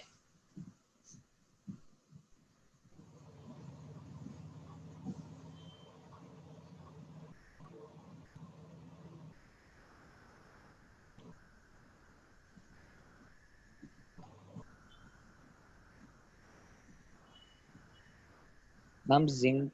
Ma'am, what do we have to take the molecular mass of zinc as?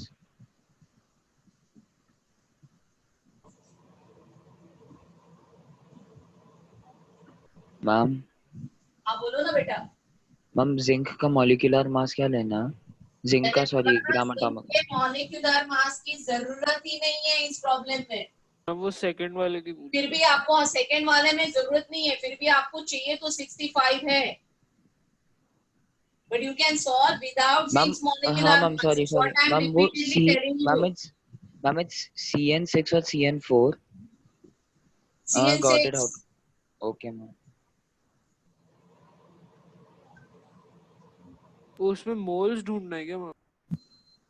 हाँ बेटा.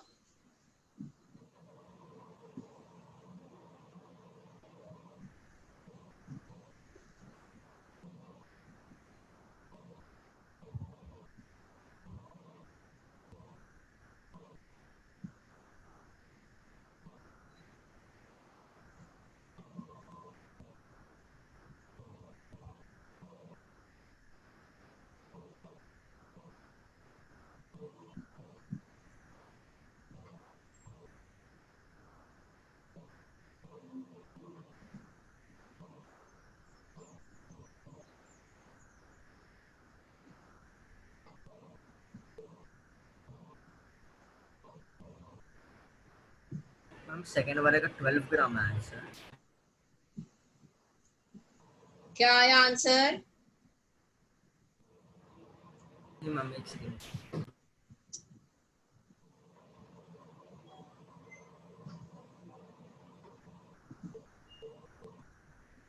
मैम 0.033 आ रहा है। मैम तो नहीं मैम 12 ग्राम आ रहा है मेरा। मैम 0.033 आ रहा है मोल्स। 0.016 0.016 इतना कंफ्यूजन। 0.2 तो अभी सेकेंड प्रॉब्लम में कार्बन कंजर्व दिया है का मतलब क्या है? जो मोल्स of 0.01 carbon है in K2CO3 will be same as your moles ma'am of carbon. Ma'am, ध्यान 14.13. दो। So moles of carbon 0.013 K2 ZN3 FeCN6. This is the basic concept on which we are building. आपके K2CO3 में जो moles of carbon है वो 1 into number of moles of K2CO3 है। 1 mole K2CO3, 1 mole carbon. But इस formula में देखो 1 12. mole of this complex, 12 moles of carbon. Yes, So this ma'am. would be 12 into number of moles of this complex.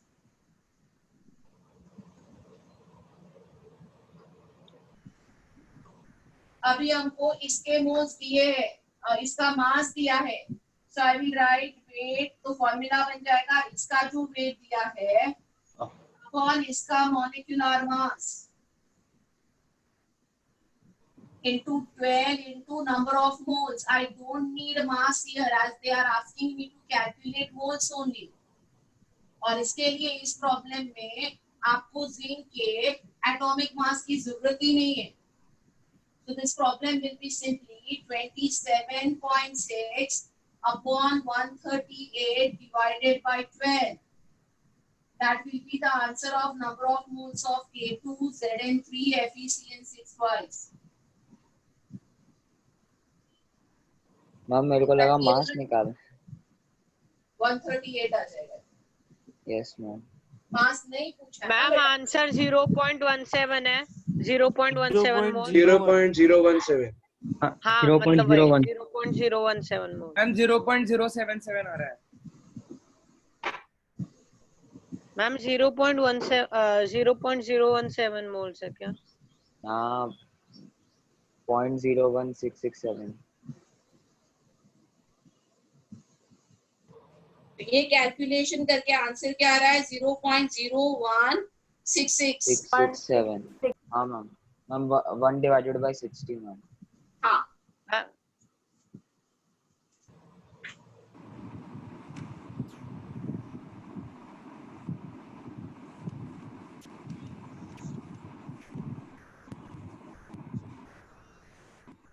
पीओएससी समझ में आया?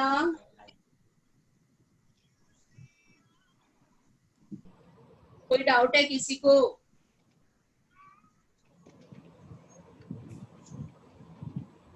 चलो आगे बढ़ते हैं। 0.0166 आ रहा है। हाँ मैंने लिख दिया बेटा, आंसर चेक करो।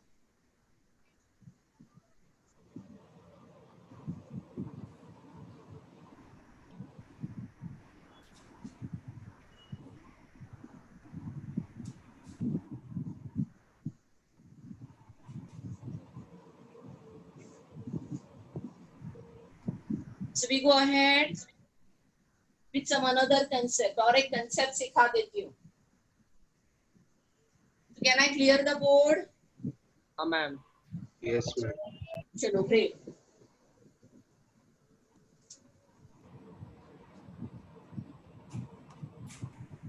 तो जो रिएक्शन आपको पता है आप उसमें पीओएससी यूज कर सकते हो by knowing what are the atoms that are conserved. और नहीं पता है उसमें यूज कर रहे हो तो फिर प्रॉब्लम में देना चाहिए कौन सा आइटम कंजर्व हो रहा है।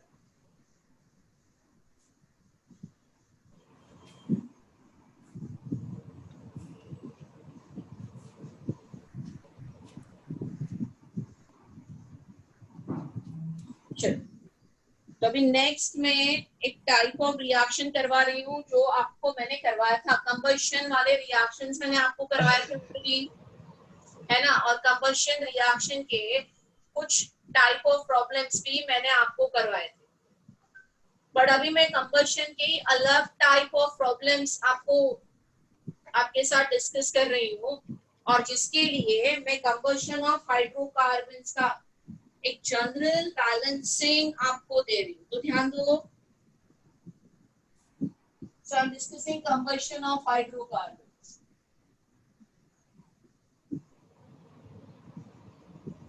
A specific reaction. Alkane, alkene, alkyne का combustion. मतलब you are heating with excess of oxygen and it is breaking down, giving you CO2 and water. तो इसमें हमेशा अगर हाइड्रोकार्बन का फॉर्मूला CxHy है, तो जो मोल्स ऑफ ऑक्सीजन रिक्वायर्ड होते हैं वो X प्लस Y/4 मोल्स होते हैं। जो CO2 प्रोड्यूस होता है वो X मोल होता है, और जो वाटर प्रोड्यूस होता है वो Y/2 मोल होता है। ये फिक्स्ड है बैलेंस से। मीनिंग है, इसका मतलब ये जो मैंने लिखा है इसका मतलब क्या है, अगर मेरा हाइड्रोकार्बन 1 मोल है तो 1 मोल हाइड्रोकार्बन के लिए X प्लस Y/4 मोल O2 चाहिए मैम, और उससे X मोल CO2 बनेगा और Y/2 मोल वाटर बनेगा। बोलिए क्या डाउट है? मैम यहाँ पे जो O2 का हम लोग मोल्स फाइंड आउट कर रहे हैं X प्लस Y/4, वो सिर्फ Y को 4 से डिवाइड करना है ना, नॉट? हाँ बेटा O2 का मोल फाइंड आउट नहीं कर रहे, मैं इंफॉर्मेशन दे रही हूँ। अच्छा, okay. I'm not finding anything here. I'm giving you a fixed balancing. Okay ma'am. तो अगर ये हाइड्रोकार्बन मीथेन है, CH4 है, तो हाइड्रोकार्बन मीथेन अगर है तो इसमें तुम्हारा X हो गया 1 और Y हो गया 4. You will get the rest of the balancing now. Are you getting it? Okay ma'am. तो ये फिक्स है, कुछ फाइंड आउट नहीं करना है। मैं एक जनरल रिएक्शन का फिक्स्ड बैलेंसिंग आपके साथ शेयर कर रही हूँ। Okay ma'am. जिसको यूज करके आप प्रॉब्लम्स को सॉल्व कर सकते हो। जो अदरवाइज अगर ये बैलेंसिंग ऐसा होता है, ये आपको पता नहीं होता, तो आप नहीं सॉल्व कर पाओ। So I am giving you series of problems now. आज पता नहीं कितने कर पाएंगे, मैं कुछ प्रॉब्लम्स आपसे डिस्कस करूंगी जो आप तभी कर पाओगे when you know that hydrocarbon combustion is balanced, and you don't know that you won't be able to solve. तो ये एक स्टैंडर्ड फॉर्मेट है हर हाइड्रोकार्बन के लिए। हर हाइड्रोकार्बन इसी मोल रेशो में कंबशन अंडरगो करता है। इसको लर्न करना है। और बोलिए मैम एक्चुअल यील्ड लिखो, अगर इसमें क्या बोल रहा है? Actual yield. एक्चुअल यील्ड क्या है? फिर इसमें लागू हुआ तो मैम। हाँ तो वो हो गया, तो अकॉर्डिंगली कैलकुलेट करना है। ये मैं जब भी लिखती हूँ कि 1 मोल CxH5 मुझे X मोल CO2 देता है, तो ये 100% यील्ड से चल रहा है।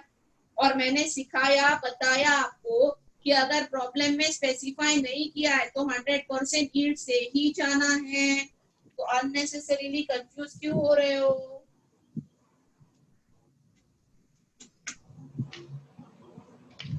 So copy this down. I'm taking one problem and you will realize why this balancing is important. Otherwise you cannot solve many problems. तो इसको कॉपी करो, एक प्रॉब्लम सॉल्व करते हैं।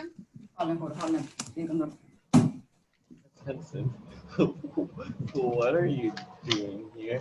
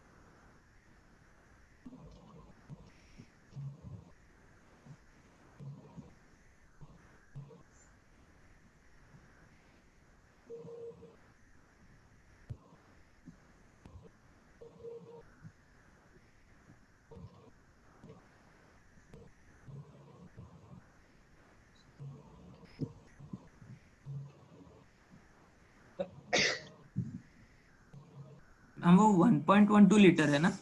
हाँ बेटा,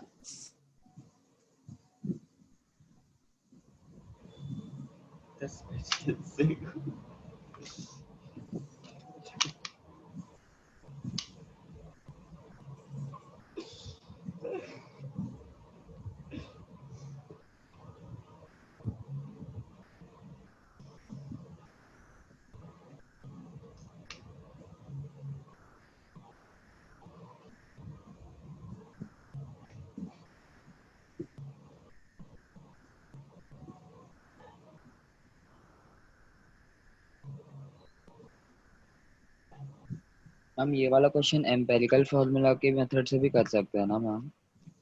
कैसे कर सकते हैं? तुमको फॉर्मूला ही नहीं पता, प्रॉब्लम पढ़ो।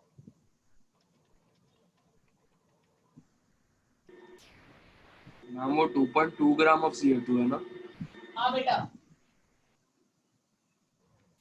परसेंट थोड़ी दिया एम्पिरिकल फॉर्मूला मेथड से जाने के लिए। हाँ मैम, सॉरी सॉरी।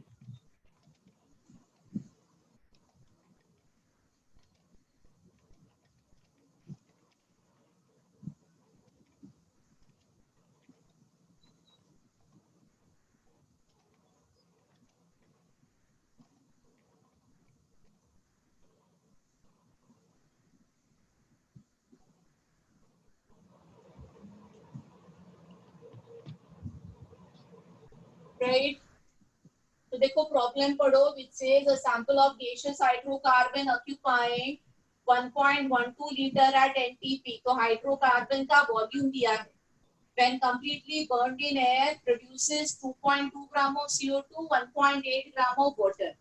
तो प्रोडक्ट का मास दिया और पूछा है calculate the weight of hydrocarbon taken and volume of O2 at NTP required for its combustion। तो अभी पहले ये समझो कि यहाँ पे आपको हाइड्रोकार्बन का फॉर्मूला नहीं दिया,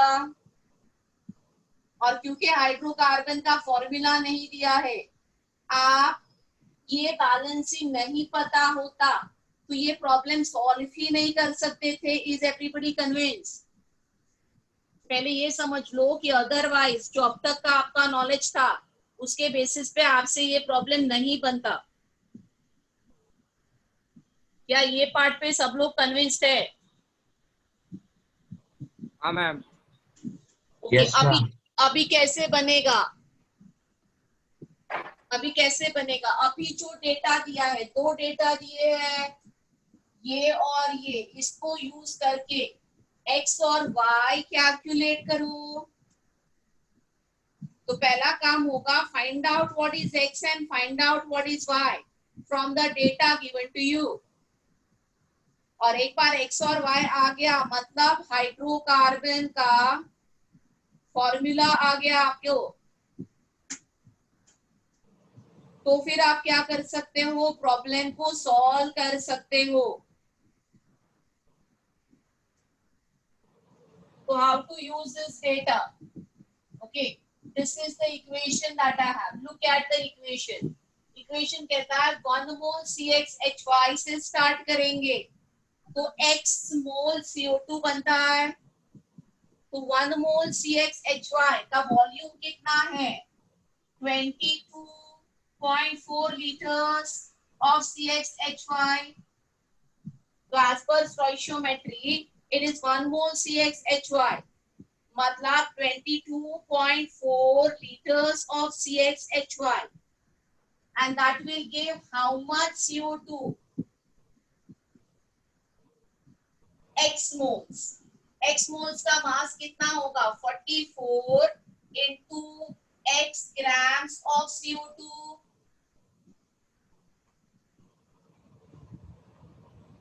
ये स्टेटमेंट जो मैंने स्टोइचियोमेट्री को देख के लिखा है, सबको समझ में आ रहा है?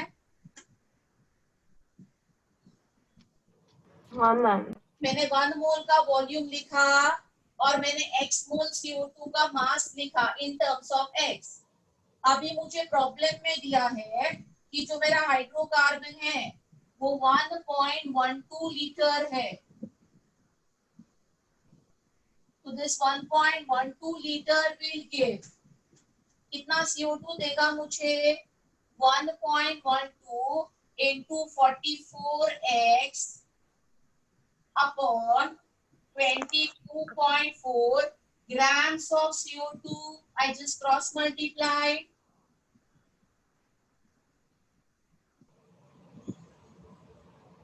But इसका आंसर मुझे पता है 2.2, so therefore I write 1.12 into 44x upon 22.4 is nothing but 2.2 grams, and I get the answer for x here.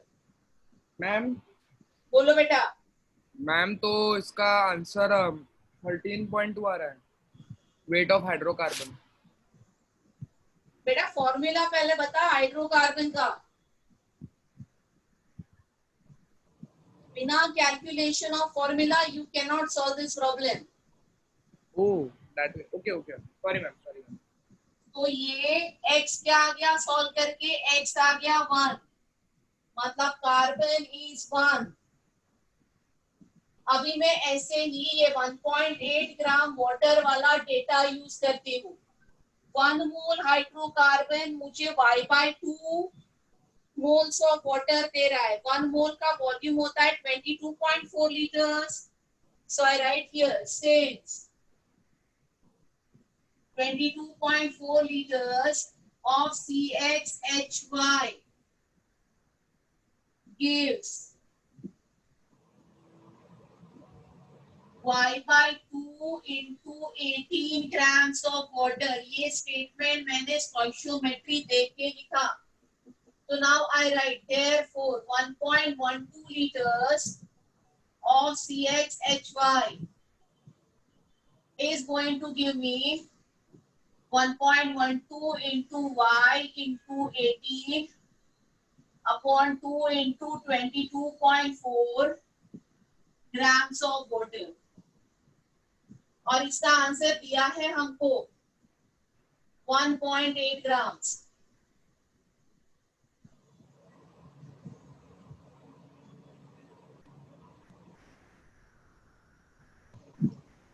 And I'll solve this for y, and y will come 4.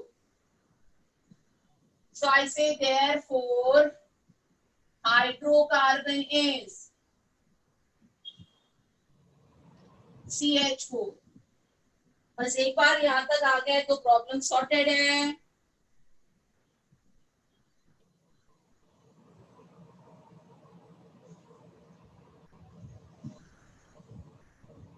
तो पहली चीज मुझे क्या calculate करनी है, the weight of hydrocarbon taken. मेरे पास volume है, वेट निकालना है.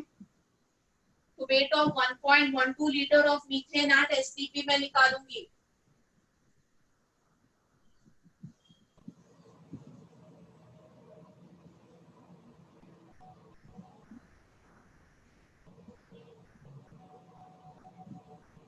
तो 22.4 लीटर इज 16. तो 1.12 लीटर का वेट कितना होगा?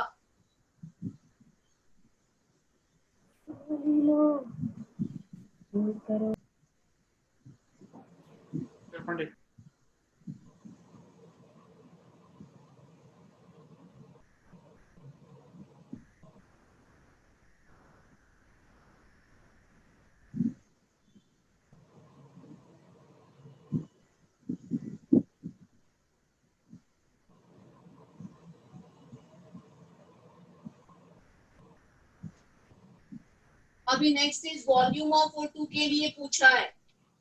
तो आपका x1 है और आपका y4 है. तो 1 मोल हाइड्रोकार्बन के लिए कितना मोल O2 चाहिए? 2 मोल्स है ना. So we know that the volume of O2 used in combustion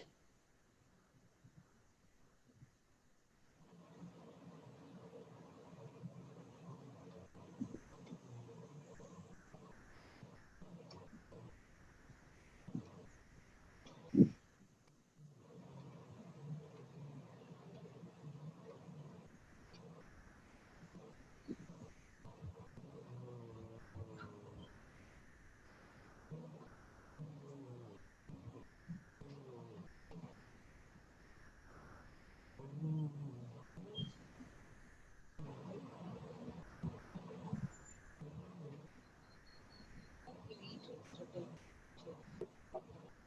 Ma, I told you now that I would make it for myself. No, there's no point in making it now. So that will be 2 moles O2, right?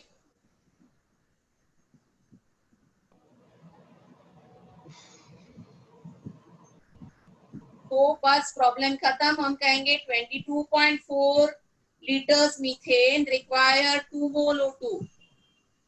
So 1.12 liter methane will require how many moles of O2?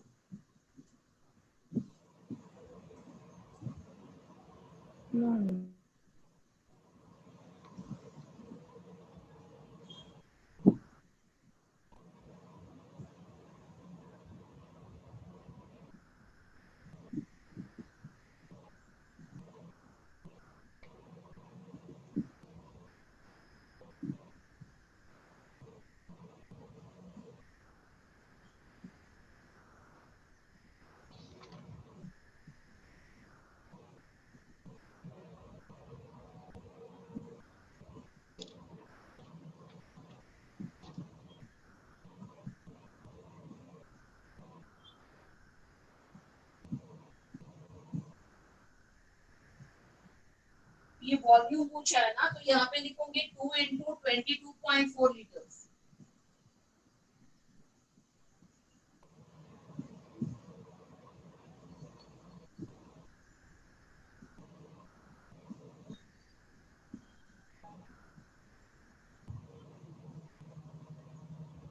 तो फिर answer क्या आ जाएगा? 2.24 liters.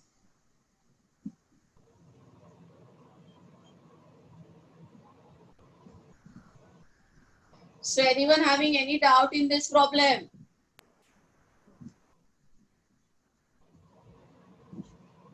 No, ma'am. समझ में आया? और convince हो कि अगर ये वाला जो आज मैंने बैलेंसिंग आपको दिया है हाइड्रोकार्बन के कंबशन का, अगर ये आपको नहीं पता होता तो क्या आप ये टाइप का प्रॉब्लम अदरवाइज सॉल्व कर सकते थे? बन सकता था आपसे ये प्रॉब्लम? नहीं बन सकता था, है ना? तो इसके लिए any question on hydrocarbon combustion, remember this will simplify the problem. ये प्रॉब्लम को सिंप्लीफाई करेगा.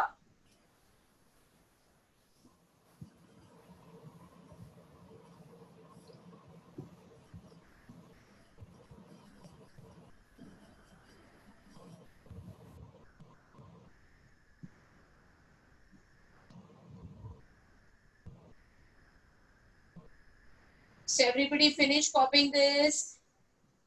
Yes, ma'am. चलो, तो आज के लेक्चर में हमने स्टोइशियोमेट्री में बहुत कुछ और किया.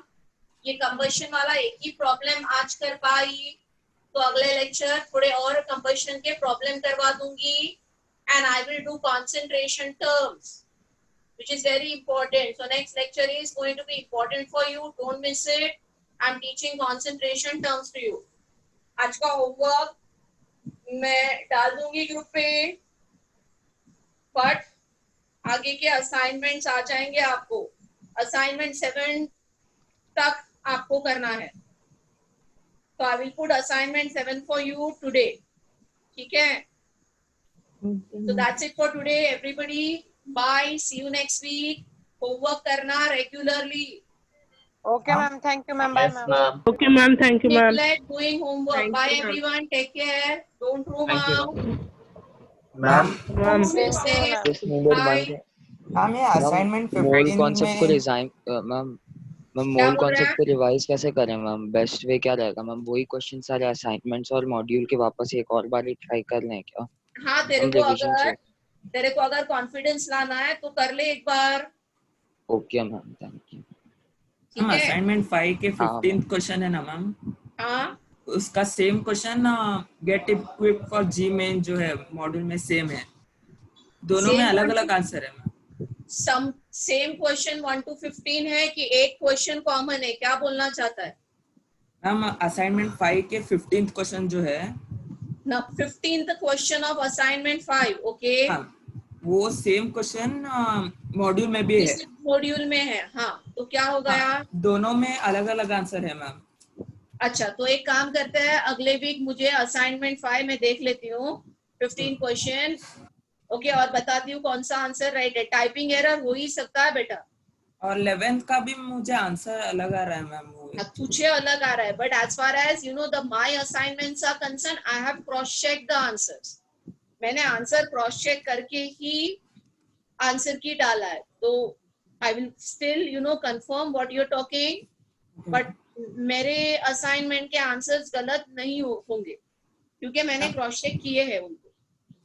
मैम और असाइनमेंट 6 का 6th रिएक्शन नहीं पता चल रहा मैम, रिएक्शन क्या होगा? असाइनमेंट 6 का 6 गूगल कर ले फिर। मैम 2 रिएक्शंस मिल रहे हैं मैम गूगल पे।